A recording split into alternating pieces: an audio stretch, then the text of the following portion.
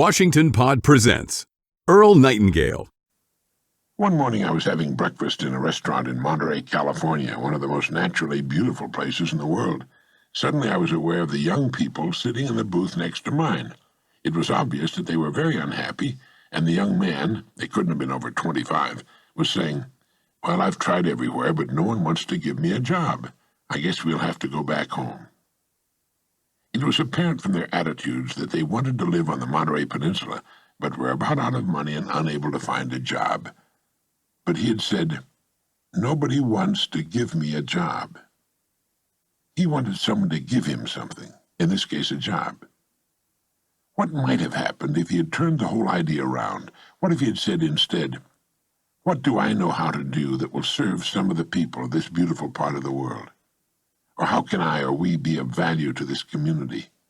The people here will be happy to supply us with the living we need if we can think of some way to serve them." If we can think of some way to serve them. What do they need or want that we can supply?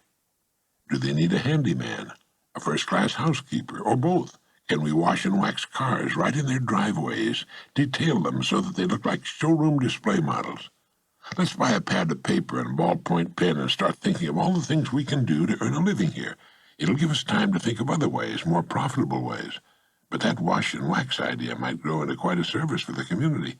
But let's don't stop there. Let's think of some more ways we can start right here to be of service to the people who live here. Right there in the restaurant, instead of being depressed and considering themselves failures, they could have come up with a dozen or so ways in which they could have remained on the Monterey Peninsula and built a fine business for themselves. They didn't need a job. They needed to think, but they had never thought before. It was as foreign to them as speaking Urdu. There they were, two fine, bright, good-looking young people, with a world of opportunity beckoning to them, with two fine minds, and they were going to go back home.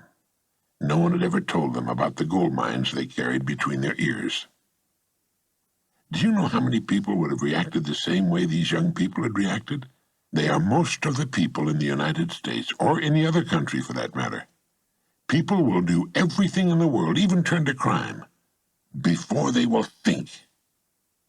George Bernard Shaw once commented, "I've become rich and famous by thinking a couple of times a week." Most people never think at all.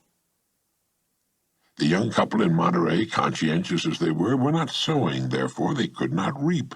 They were putting nothing into the community, therefore they could expect nothing in return. To some this seems unfair, but it isn't. It's eminently and wonderfully and abundantly fair. Our job is to do the sowing. That's our department, that's all. The rest will take care of itself. We've been given the equipment free and clear. All we are asked to do is use it.